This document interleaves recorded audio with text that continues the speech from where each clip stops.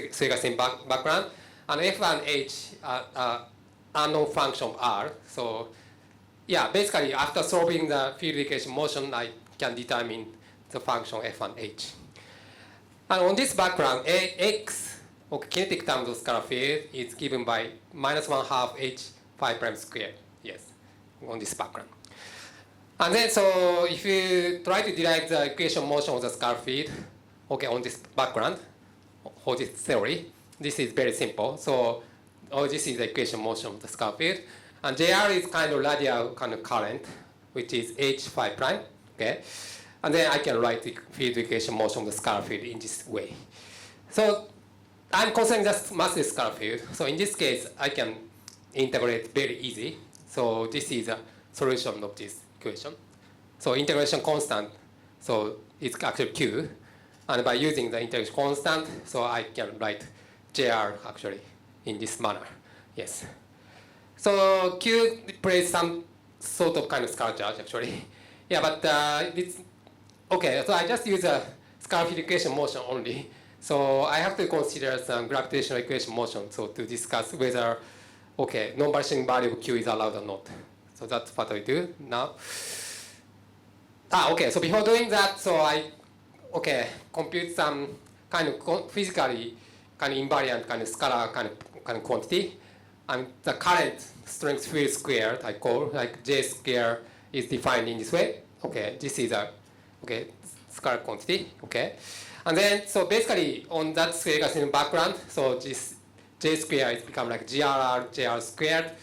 And now I got JR in the previous one. So JR is this one. So then I can compute like this one. J square is like this, substituting this one. So basically it's proportional to Q squared divided by R to fourth and F. So actually, so this quantity must be actually finite. Actually, yeah, everywhere. To ensure some regularity of this.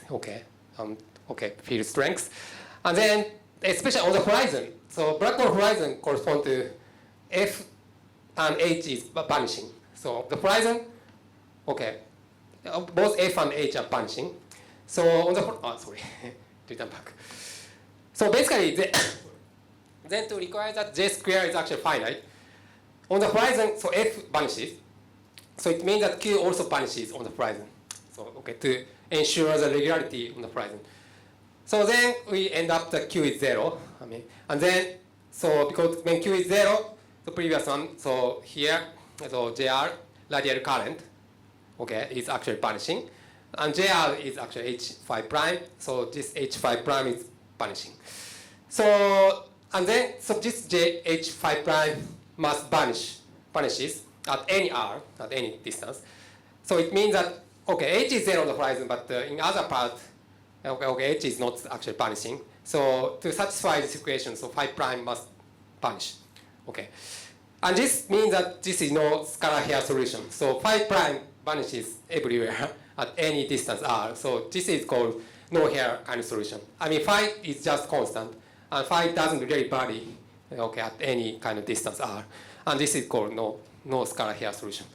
So it means that this doesn't really contribute to the background. So when phi prime actually vanishes, so then this really doesn't, kinetic term is actually vanishing. So basically, so this doesn't contribute to the background metric. So then, so the solution of the metric is just the Chebyshev solution. So we just end up with a standard Chebyshev solution with some no scalar hair. So this is kind of no hair black hole solution. So if you consider, simple just canonical scalar field without potential, we end up some no hair Chebyshev solution. Yes. So people actually studied this issue further. Like people like Hawking, Bekenstein, and 70s actually they discussed some black hole solution in some kind of Scalar-Tensor theory. And actually, quite surprisingly, so similar no-hair property for black hole also holds in the following kind of cases. So if you consider some minimally coupled scalar field with a potential, you can just add some kind of arbitrary kind of potential here. And in that case, people like Hawking, Bekenstein actually show that okay, we end up with some scalar no-hair solution with superscript background. And second one is actually case sense, and okay, some people like Mukhanov kind of people, yeah, okay, originally in the context of K inflation in 99 actually, I think. Yeah, when I was a PhD student, so yeah, they actually started to work on this kind of thing. Okay. And when I introduced this paper, Maeda-san, my boss, he doesn't like case sense. No, it doesn't work, he said. But actually, whole inflation case sense actually works, actually, to be honest. Also, the whole dark energy actually works practically. Yeah, as a, okay. Some cosmic acceleration actually occurs by this kind of case sense term.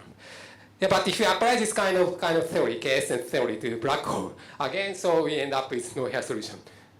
Actually, this is not very old. Graham and Jha actually showed that, okay, there is no scalar hair kind of solution, yes. And third one is like a non-minimally coupled theory, like scalar field non-minimally coupled to rich scalar. So R or rich scalar is coupled to some phi-dependent function Phi, and so X is also multiplied like phi-dependent function. So this actually includes some like Brans-Dicke kind of theory. And actually, Hawking considered Brans-Dicke theory, okay, some specific function of F and omega. In that case, Brans-Dicke theory, the same no-hair property holds. And Bekenstein actually showed more kind of general kind of cases. So actually, quite surprisingly, really, okay, for a wide range of kind of Scalar-Tensor theory, we end up with no-hair black hole solution, yes. But there is kind of exception. So actually, we searched some existence of the kind of black hole kind of solution in Scalar-Tensor theory called Horn-Densky theory, some second-order field equation motion. Okay, and then so that's kind of most general Scalar-Tensor theory with second-order field equation motion. That's called Horn-Densky theory. And so in that case, we try to search some kind of hairy black hole solution, but we really end up, okay, this kind of case. This kind of actually solution, okay, found by Kanchi. Greek actually, physicist. And in the context of string theory, actually, at 90s, they consider some dilaton field coupled to some, okay, Gauss term. And in that context, they found some hairy solution, yes. Yeah, okay, later, quite recently, like 4 years ago, 3 years ago, okay, we actually really considered most general Horn-Densky theory and try to find out actually hairy solution, but we really end up with this case actually, yes. It's really restricted. So scalar field is, doesn't really show some interesting property, at least for black hole, yes. In cosmology, so we can find many interesting things, but for black hole kind of physics, usually scalar field doesn't play kind of interesting role. But this is the exception. So as long as, okay, scalar field has coupling to Gauss term, in this case, we have some kind of hairy, non-trivial hairy solution. That's the reason why people discuss this kind of, okay, solution for black hole physics. So you can find many papers like, okay, scalar-Gauss kind of black hole solution. Yes. You have a question? Yes. Suppose you relax the assumption of. Yeah. Yes. Can you find some time-dependent stuff. Maybe rotating. I think that case is also okay, basically because you cannot really take a static limit. So in the static limit, only that kind of survival kind of case is really this one. So no, I don't know any other kind of theory. So people consider some rotating black hole solution for this Gauss kind of case. Yeah, but no other kind of theories, no, actually. Some people actually consider like derivative coupling, like G4 function in Horn-Densky is kind of X-dependent. And in that case, we have some kind of, okay, asymptotic de Sitter solution. And people like Lefteris, like Greek guy, okay, Greek professor really like that solution. Oh, this is good, okay. We can explain some dark energy asymptotically, blah, blah, blah. Yeah, but I found that that solution is unstable, actually. So I have to mention that to satisfy all the kind of linear stability condition. So, okay, then we end up this one. So there are some hairy solutions. And many people actually discuss some hairy solutions, like including Lefteris kind of paper. Yeah, but if you do some kind of perturbation, typically you have some problem like ghost or Laplacian instability. In the case of Lefteris model, Laplacian instability appears inevitably around horizon. CS square becomes negative. scalar mode causes problem. Yes. When I said to refute, he really doesn't like it. But it's true. I mean, this is physics. So, okay. So, but this is the case of black hole. So black hole is basically vacuum plus some scalar field. So in that case, the Hairy solution is limited. But if you consider some kind of neutron star solution, so the situation is different. This case, more freedom. So the difference of neutron star and black hole is the presence of matter. So basically, so inside the neutron star, we have some matter, such as baryon, okay, inside neutron star. Then in that case, it's not really vacuum. And the presence of coupling between matter and scalar field can give rise to solution with scalar hair. Yes, actually. So example, so we can consider like nonlinear coupled theory. So okay, like F phi r. Okay, this also belongs to Hornetsky theory. Yeah. Okay. So this kind of theory without matter. So as Hawking showed, so there are no hair black hole solution in this kind of theory. But now I have matter here for neutron star, SM. Okay. G min is a metric and Cm some is matter fields. And then, so in that case, we have some hairy neutron star solution. So this is called Jordan frame action, where phi is coupled to rich scalar in this manner. So, for example, we can make some conformal transformation to the action called Einstein frame. For example, so by making this conformal transformation, so metric is actually changed. Like this is Einstein frame metric, which is related to the Jordan frame metric, like F phi g in this manner.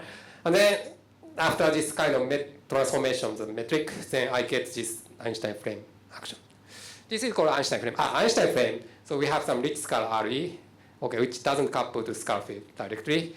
Yeah, but instead, so here, the metric G mu is actually modified. So in terms of Einstein frame metric G mu E, so phi is actually coupled, okay? So then now, so the matter field Cm is actually coupled to the scalar field, okay, through this kind of metric, okay? So in the Einstein frame, although we don't have explicit nominal coupling, but okay, matter field is coupled to scalar field, okay, through this kind of, okay, change of the metric, yes. So basically, so this bar phi is a scalar field in the Einstein frame, okay, and bar phi and phi is actually different. But if I choose like bar phi is psi, so it means that if I choose like omega is like function like this, okay, and then so I can choose like bar phi is psi, yes. So basically, then in that case, we end up with some Einstein frame action with bar phi is equivalent to phi. Okay, yeah, and the gravity sector is just trivia. Yeah, but the new point is that here, matter field is coupled to scalar field. Okay, this is called Einstein frame. So we can consider, okay, but basically the physical frame I consider is the Jordan frame. So I can do all the analysis Jordan frame, but sometimes it's convenient to actually move to the Einstein frame. Yes, in both frame, basically we have some hairy black hole solution, but typically, okay, we compute all the physical quantity in the Jordan frame, like mass, ADM mass, or radius of a star. It's actually, yeah, we compute in the Jordan frame. Yeah, in my paper, this review article in F over gravity with Antonio. Yeah, we derive everything. You can have a look at this. So, right. So basically, okay, okay, I mentioned about Browns-Dicke theory. So, for example, Browns-Dicke theory corresponds to the nominal coupling. So F is e to minus 2q phi over MPL. So I prefer this kind of notation actually. And in that case, omega is related to, okay, I already mentioned that omega is related to this one. And in that case, omega is 1 minus 6q square multiply F. So then, so the Jordan frame action, so I have F and omega here. So then, so previous one, so this one, the Jordan frame, so I have F is exponential function, and omega now I know, so just substitute here. And then, okay, then I have this action. So this is the action in the Jordan frame of the Browns-Dicke theory. Okay. I think this is easier to understand. So, okay, if you take the limit like q is 0, okay, F approaches 1. So if you take the limit q is 0, F is 1. And also here is approach 1, and F approaches 1. So I have this term is actually x. So this is like, in the limit like q is 0, we have some Einstein gravity plus canonical scalar field. So basically this constant q characterizing the coupling between the scalar field and gravity. Okay. Okay, and when you take the Q is zero limit, so you recover like GR without any coupling. And original notation plastic K, to be honest, I don't like that notation. They introduce some plastic parameter which called omega BD, and this omega BD is related to its my Q, coupling Q, in this manner. So in the original plastic K kind of notation, so omega BD infinity is a GR limit. But so in my notation, so Q is zero is a GR limit. You understand? So this is actually much easier to understand physics. So when I first saw the plastic action when I was a student, okay, why this kind of very strange omega BD appears, okay, in the denominator in the kinetic term. Oh, this is very weird kind of theory I saw. Yes, yeah, but this is actually easy to understand. Okay. So basically, in the Einstein frame, the gravitational sector is described by the Einstein field action. Okay. Okay, this one. But the scalar is coupled to matter, okay, in this manner. Okay. And scalar matter coupling is characterized by the coupling constant Q. So basically, yeah, this Q controls the coupling between matter and scalar field. Yes. Right. So basically, so in this kind of plastic theory, although black hole solutions don't exist, but neutron star solution exists. So then let's consider some spherical symmetric background and consider some Pike fluid. Okay. So to describe some kind of nuclear matter inside a neutron star, so I consider like T mu in its home. So this is the density and this is pressure, rho and density and P and pressure. And I have continuity equation in the Jordan frame. So yeah, in cosmology, so this equation motion become rho dot plus 3h multiplied rho plus p 0. But on this kind of background, so gradient, okay, gradient pressure, okay, pressure gradient is important. So this is a pressure gradient, and I have this, okay, second contribution. The first one is pressure gradient, and second one is kind of gravitational contribution. So basically, okay, pressure gradient balances kind of, okay, gravity, yes. That this continuation has a meaning, okay, in this kind of setup. Yeah, so basically, so I have this continuity equation, and also I can introduce some ADA mass function, which depend on R. So the metric H is related to this mass function in this manner. Okay, so, and then I can define some ADA mass of the star. So I can take the limit like R is equal to infinity or M, and then, so this is called ADA mass of the star. So this is a kind of proper definition of the ADA mass of the kind of star, which come from the metric component H. And then, so M can be expressed in this manner, okay, by taking this kind of limit. So numerically, usually I compute H, and I take this limit at the end. So this is convergent. If the object is compact, so this mass is actually convergent for some value. So the radius of the star is easy. So basically, I can define some radius star where pressure vanishes. So this point, usually people call the radius of the star. Yes. So the field indication motion for the neutron star in plastic theory, okay, can be expressed in this manner. So you can derive it, okay, on that background. So I have the metric equation motion of the metric F, and this is the mass function M, and this is actually, yeah, this is related to H, as I said already. So we have two metric components F and H, and first one is the equation motion of F, and second one is equation motion of H, and third one is equation motion of the scalar field. So basically now I see some contribution of the kind of coupling here. So, and this actually modifies some kind of, okay, field configuration. So compared to the theory with Q is actually 0. Okay. So when Q is 0, actually there is no Hairy solution for neutron star. But in the presence of the non-partition coupling Q, so we can realize some Hairy solution. So you can see, even by just choosing some kind of constraint background, okay, boundary condition at R is 0, so you see the kind of Hairy kind of property of solution. So the regularity of solution at the center of neutron star, okay, requires that F prime, H prime, phi prime, rho prime vanishes at R is 0.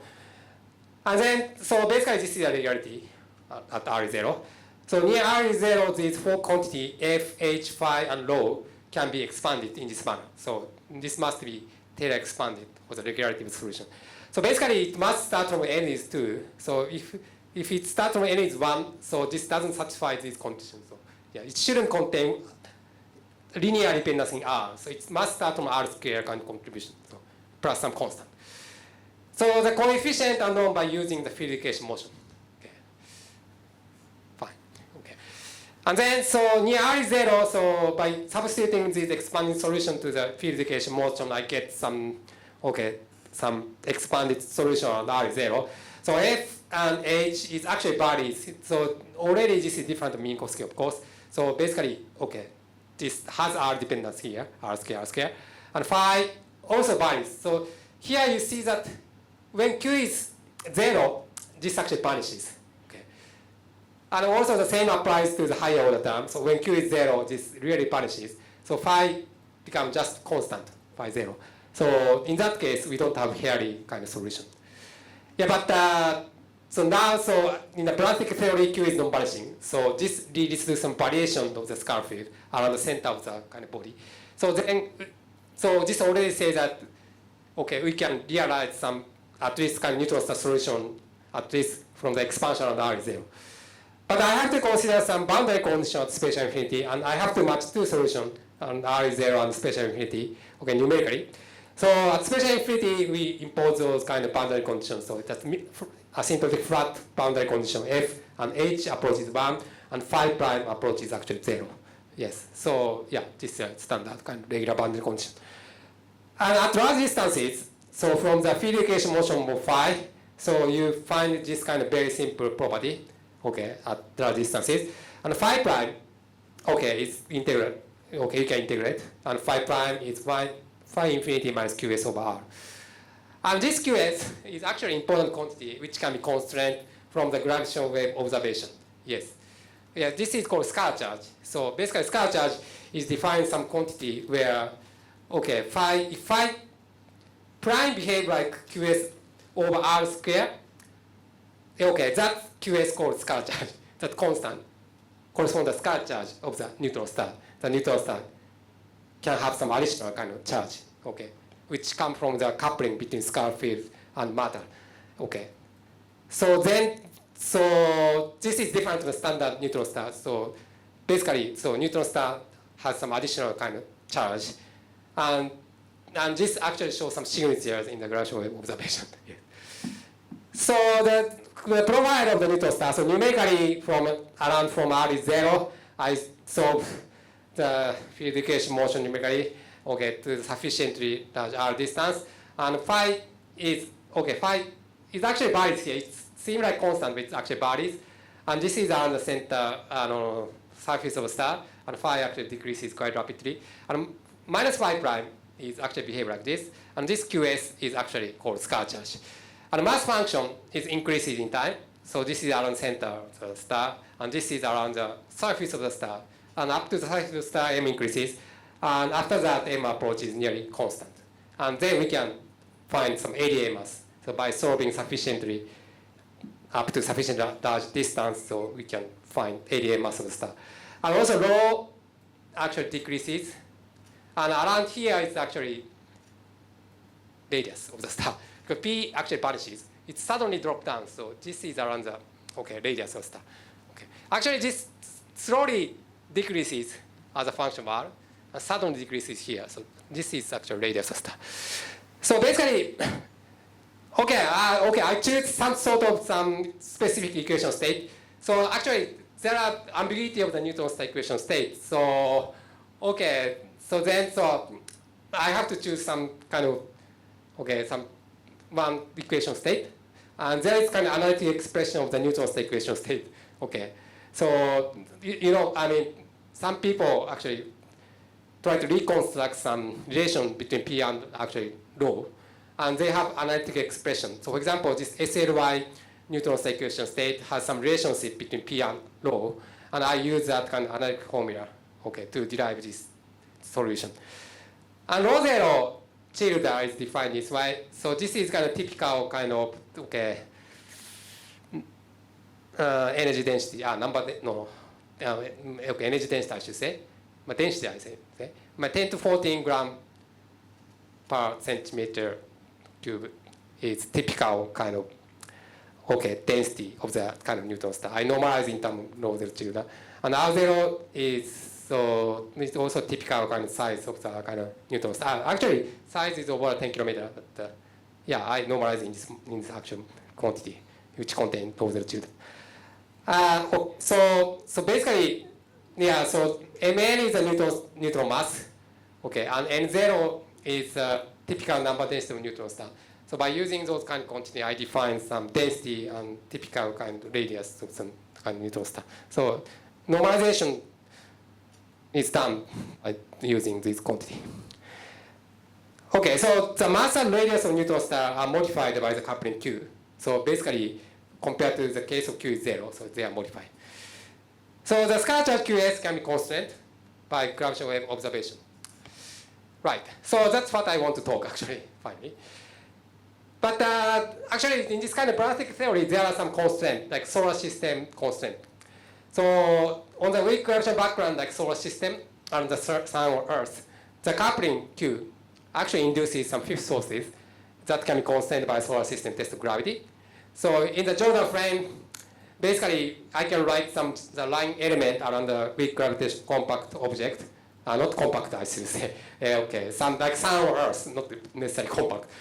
So basically, around the sun, for example, so I can write some like Schwarzschild metric, not Schwarzschild actually, some deviation from Schwarzschild metric in this manner. So gamma parameterizes some deviation from Schwarzschild. Okay, so then this is called post-Newton parameter gamma, and gamma is in the plastic theory. Okay, you can derive in this way. So this is derived by Clifford Whale, maybe even earlier, and in my review it's Antonio. We actually derive it actually, so we can have a look at. So in terms of velocity parameter omega BD, so gamma is given by this. So you can see that in the limit of omega BD go to infinity, it's GR limit. In that limit, gamma is 1. So then you can recover standard Schwarzschild kind of coordinate. So in terms of Q, so I can use some relations between omega BD and Q, and I get this one. So then when Q is 0, okay, it's a GR limit, gamma is 1. So again, so you can cover some GR limit. So in the Q is 0 limit is GR limit. And actually, experimentally, some Cassini tracking, okay, kind of observation gives some upper bound in terms of some deviation of gamma from 1. And then gamma minus 1 is constant to be over like 10 to minus 5, so smaller than 10 to minus 5. So in terms of Blansky parameter omega BD, this is larger than 43,000. It's very large actually. And in terms of coupling Q, so Q is smaller than like 2.4 times 10 to minus 3. So the coupling is quite tightly constrained. So large deviation of Q from actually 0 is actually not allowed from this kind of solar system constant. So basically, so by using this kind of tight constraint on Q, restricts a large deviation from, yeah, okay. So basically, so even in a kind of strong gravity kind of regime, so if this kind of condition is applied, so we cannot really expect large deviation, okay, from GR, so in strong gravity regime. So if the deviation from, okay, GR is actually small in the strong gravity regime, so then, so the observation signature in the gravitational wave is also quite small, I can expect. So in this kind of Blansky theory, so that's actually the case. So basically, so if this condition can be applied to the strong gravity background, then so it's really difficult to see some signature in the gravitational wave measurement. So, but there are some kind of theory, okay, which I call like spontaneous correlation of neutron stars, where, okay, some, okay, only in the strong gravity regime, okay, the deviation of GR can be large. But in the weak gravity regime, okay, basically the solution is very close to GR. So that's actually possible. So this is kind of spontaneous correlation of a neutron star. You can realize this kind of situation. So I mean, there are some nominal coupling theories allowing the large deviation from GR while satisfying constraint in weak gravity regime. Okay. For example, I can consider some nominal coupling. So previously I considered some nominal coupling like E2 minus Q phi, but I can consider some nominal coupling like E2 minus beta phi squared divided by 2 Planck squared. Okay, so now I have phi squared dependence here, and beta is some kind of coupling. And this is actually considered by Damoa and Spitz-Farese in 93 in the physical review letters, actually. And so in this case, actually, because of this kind of okay, even number power like phi square. And then we have some two branches. So one is the branch where phi doesn't vanish. And the other is a GR branch, phi is vanishing. So basically, there are two branches of solution. So if I consider this kind of even power function, I have two solutions like this. So actually, GR state can be regarded like this branch. So phi is actually 0. So weak gravity regime. So it's basically, I can consider some kind of potential. And then, so basically, field actually sits here. It's kind of stable here. Yeah, but in the strong gravity regime, so some curvature become large actually. And then, okay, this R actually become large. And then actually minimum is developed in this manner. So this point, okay, become unstable. And this can trigger some kind of, okay, scalarization. So this is kind of like, okay, spontaneous breaking kind of potential, symmetry breaking potential. So basically, phi 0 point become unstable in the strong gravity regime, and it's actually shift the the minimum actually shift here. So basically, this is kind of spontaneous scalarization, like kind of Higgs mechanism, but only in the strong gravity regime. So this can happen. Yeah, like spontaneous symmetry breaking in the strong gravity regime, and there is a condition, okay, to be satisfied. So the effective mass squared for perturbation about the GR solution. Okay, I can consider some perturbation here. So, and then I can compute some effective mass of the kind of scalar field around this kind of point. And then I find this one. Okay, basically it's proportional to R. Yes. And then, so when R is actually large, so this must become quite large actually. And then, so, yeah, as long as, okay, I consider the case like R is positive and omega 0 at this point is actually positive. Then as long as this mass scale become negative, so this actually becomes like tachyonic kind of mass. So in the large R region, high density region, this really becomes largely negative, or like this station. So mass scale becomes negative, and that gives some kind of tachyonic instability in the strong gravity regime. So that happens when F phi 0. So at this point, so this is the second derivative of F with respect to phi, and as long as this is actually positive, this MF scale becomes negative. So that can be realized when for this coupling. As long as beta is negative, so this condition is satisfied, so the negative mass scale appears in the strong gravity regime. So when beta is negative, the GR state in the weak gravity regime can be unstable due to the tachyonic mass around phi 0. Yes. Yes. So this is called spontaneous scalarization. So this is in some sense good. In the weak gravity regime, basically phi is very close to 0, so it automatically evades some solar system constraint. But in the strong gravity regime, so phi is different from 0, so you see some quite large deviation from kind of GR solution. So yeah, that's actually constructed in this way. And actually, there are people even did some sort of simulation whether this kind of spontaneous scalarization occurs. And there are some conditions. So as long as beta satisfies some condition, like beta is smaller than minus 4.3, and then spontaneous scalarization actually occurs. So it's basically this, okay. This solution actually shifts to here. So, yeah, for example, if the spontaneous scalarization occurs, so we can consider some like mass radius relation neutron star. So, for example, this is a,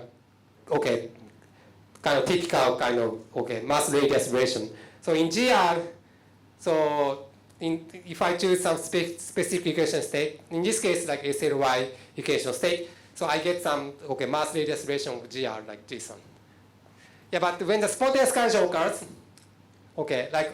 I consider the case like beta is minus 6, and then, you can see some kind of large difference from GR solution. So basically mass and radius is actually increased in this region, yes. So basically near R is 0, so phi is expanded in this way, yes. And when beta is negative, so phi is actually decreases. So as long as rho c is larger than 3pc, so in that region phi decreases, And at spatial infinity, phi behave like this. QS is kind of scalar charge, and they connected each other. Yeah, but you see that, in this kind of, this is very high density region. So as central density increases, it approaches this region. But you see that only in the intermediate region, so spontaneous scalarization occurs. So I saw that this is strange. Why in the really high density regimes, scalarization doesn't occur. But this, maybe you understand this, why this doesn't occur. So, yeah, because actually, in the really high density region, the neutron star become really relativistic. So this 3PC become larger than rho c in that regime. So sign changes actually. So in the really high density region around here, 3PC become larger than rho c. So even when beta is actually negative, so this term become positive. So it starts to increase. So it's very difficult to connect to this solution at special infinity. Yeah. So then it returns back to GR, so in high density regime. Okay. In the low density regime, it's similar to GR. But in the intermediate regime, actually, this kind of scalarization actually occurs. I asked Masato actually why this. Yeah, I didn't get answers. I tried to understand what's happening here. And then so I understand, numerically, if you solve it, you understand what's going on here. Yeah, because phi start increase, in this region. So it's difficult to connect this solution. So, yeah. And then so basically, in this kind of intermediate regime of rho c, central density, spontaneous scalarization occurs. So the neutron star acquires some large scalar charge. So compared to the case of the so in the GR, QS is 0. But now, so when spontaneous scalarization occurs, QS is non-vanishing. So I can put some bound on the value of QS, sorry. So, so basically, so I can put some bound on the scalar charge QS.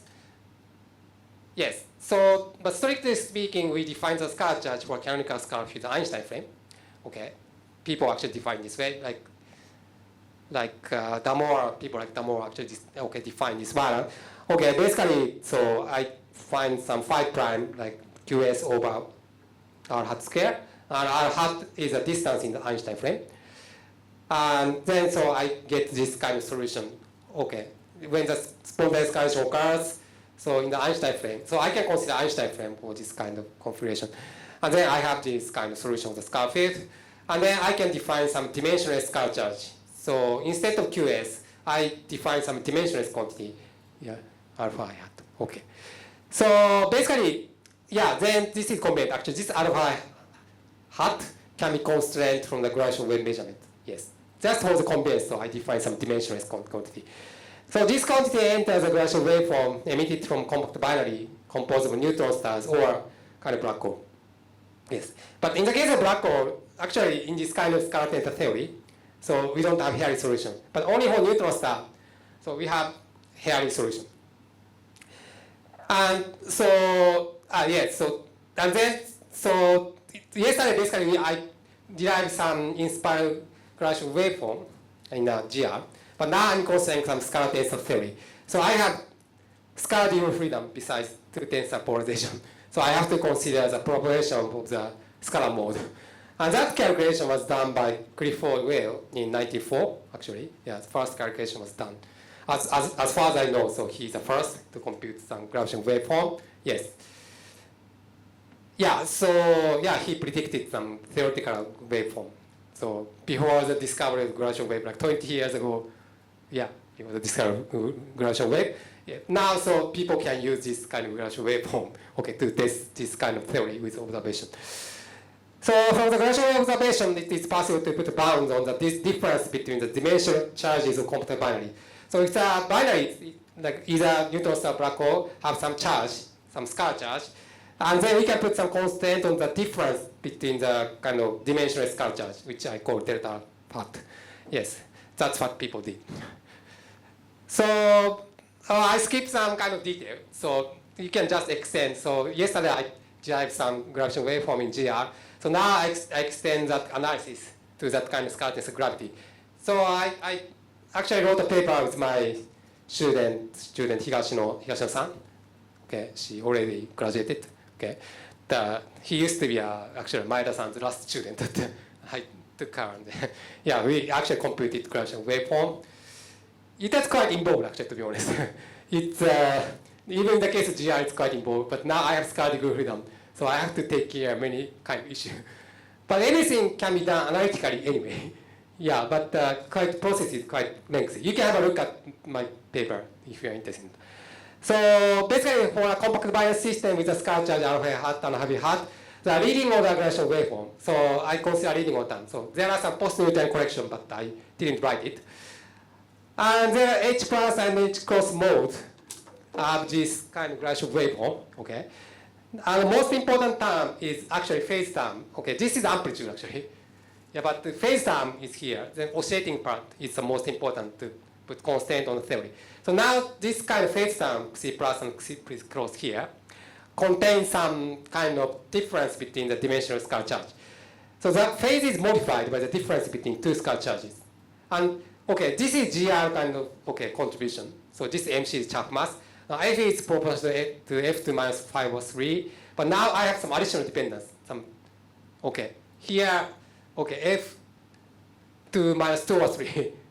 So that's actually really modifies the phase quite significantly. And this, in terms of some kind of post-Newtonian order, compared to leading order, this appears like minus 1 PN order. So this gives some really large modification of the phase of the gradation waveform. So then we can use this kind of gradation waveform in Scalar-Tensor gravity, with some observational data. Yes. So basically, this can be applied to that kind of theory, including like spontaneous scalarization theory. Can be described this kind of action. So F and omega is chosen in a particular manner in that theory, but I wrote in that kind of general manner. But for this kind of theory, for neutron star, generally in the presence of non-numeric coupling, I have some dimensional scalar charge.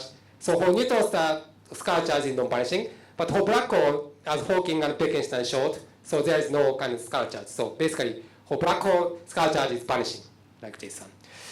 So basically, this is good in some sense. Like if you find some kind of source of neutron star and black hole star kind of binary, so binary system composed by neutron star and black hole, then basically alpha b hat is 0. So I can directly constrain the value of alpha hat from the data. Yes. Yeah, but the point is that whether we have some binary system of neutron star black hole binary, but actually, yeah, there is actually. There are several. So after 2020, so there are some kind of data of the neutron star black hole kind of binary system. So this is GW200115 event. So this is the coalescence of neutron star. Mass is 1.4 solar mass and black hole 5.7 solar mass. So this case, I think it's not really exotic compact object. I think neutron star and black hole kind of binary, so we know it. So, basically, in theory, it's spontaneous scalarization. So I have some two tensor mode, H plus and H cross, like this, and which contains some phase term, C plus, C cross. And I also have breathing scalar mode. So I concerning mathematical theory. So there is no longitudinal scalar polarization, but there is kind of breathing kind of scalar mode. So scalar mode actually appears. There is kind of scalar polarization. In a gradation waveform. So basically, I can use this kind of scalar mode. In the data analysis. So basically, H plus and H cross contain H plus mode like this one, and and HB contain HS1, SS2. And this is actually proportional to C0 alpha hat. And C0 is something like strength of the non-numeric coupling. So if there is non-numeric coupling, so C0 is non-vanishing. So you can define some sort of some ratio, the amplitude between some breathing scalar mode, and the tensor scalar mode. So basically, yeah, from that ratio, I can put some constant on the value of C0 alpha hat. Non-numeric coupling can be constant actually, yeah, from the scalar to tensor ratio, yes. And also, C plus contains this kind of contribution. So as I said, now, so basically alpha b hat is 0. So I can write some new contribution in terms of alpha hat here. And this has particular some phase contribution. So basically this appears like minus 1 PN order. So yeah, I can put some bound. From the information of phase, I can put the bound on the value of alpha hat. Yes. Yeah, so actually this event is something around maybe Z is maybe 0. I forgot exactly, 0.0 something. Yeah, but cosmology background, I have to really consider cosmology background. There is some cosmology redshift. So by taking account that effect, so I just need to modify the Chapman mass. Chapman mass is modified. So now this I computed in the Minkowski background. But in the cosmology background, I just modify Chapman mass in this manner. Just multiply 1 plus Z for MC. Yes. And also the frequency is modified. Yeah, this is well known actually. So I have to modify the frequency in Minkowski background to the frequency in the cosmology background. Yes. Yeah, I really computed explicitly on the cosmology background, and I found that modification only appears here, at least at the leading order. So yeah. Yeah, I mean Friedman background. So yeah, we have to take into account. So then we put some constraint. Okay, with some, I forgot to write the name, but this is my paper with some people who belong to Raigo, Kagura, stuff, and yeah, Takeda Nishizawa, actually, some Japanese people. And so we put some bound for the value of alpha hat and C0. So basically from the phase contain like alpha squared, and then I can put some bound on the value of alpha hat. So I got some constraint. So here you see that alpha hat is something between minus 0.05 and 0.05. So there is upper limit on the amplitude of alpha hat. And also, because of the scalar to tensor ratio, the amplitude between scalar to tensor ratio, so I can put some upper bound on the value of C0 alpha hat. And then the C0 is not really strongly constant, like this. Yeah, but at least there are some constraints. And alpha hat is quite tightly constrained. Yeah, practically, so alpha hat has upper bound. It's smaller than 0.01. Yes, it's constant in this way. At 95% credible, actually, level. So I get this kind of bound. Yeah, so I mean, this bound basically comes from this modification. So this modification is so large. If alpha hat is of order like 1, the modification is so large that it doesn't fit the phase of this event actually. Yeah. So basically this is kind of MC kind of analysis. So in cosmology, many people worked on this kind of issue. But now, so we have something like almost like 220 data of the binary I found. LIGO, Virgo found like 220 kind of data. So I think this is 6 years ago kind of event, but I'm sure that I also have some new data of black hole neutron star kind of binary, so we can actually test. So when the kind of new data show up, so we can put some bound on the value of alpha hat. Yes, but now LIGO and Virgo kind of likelihood is not to become really kind of public. So not like CosmMC, so it's not so easy, right, to work. I worked with the people who actually belong to LIGO and Virgo kind of thing. In Japan, there are kind of strong kind of community there. Yes. But maybe, yeah, but if you're interested in that, so maybe, I can ask some people, Maybe it should be more public, actually, to be honest, actually. Yes, like CosmMC, cosmology. So we can do something similar like we do in the whole kind of dark energy kind of business, so yes. So yeah, in some sense, this shows some kind of, I can see some kind of constraint on the deviation from GR, actually. Yeah. So if you try to consider some theory beyond general relativity, usually I can put some kind of upper bound on the deviation. So the alpha hat can be regarded like a deviation from GR, and that is actually constrained in this manner. So for example, so this is a case of spontaneous scalarization. So neutron star mass range in this event, this is actually 20 GW. If it's 1, it's not founded. Sorry. So something, the mass of the neutron star is between this range. This is a neutron star. So something here, here. 90% confidence level. And this is central mass region. And spontaneous scalarization only occurs when beta is smaller than minus 4.35. And from this observation bound, I found that beta is larger than minus 5.26. And then, so beta is quite narrow, so, beta is restricted very narrow, in this range. And if I choose some, taking the central mass of actually here, of the neutron star, so basically, beta should be larger than minus 4.73. This is an observation bound, so basically, theoretical line should be smaller than this one. But most of the region is really kind of excluded.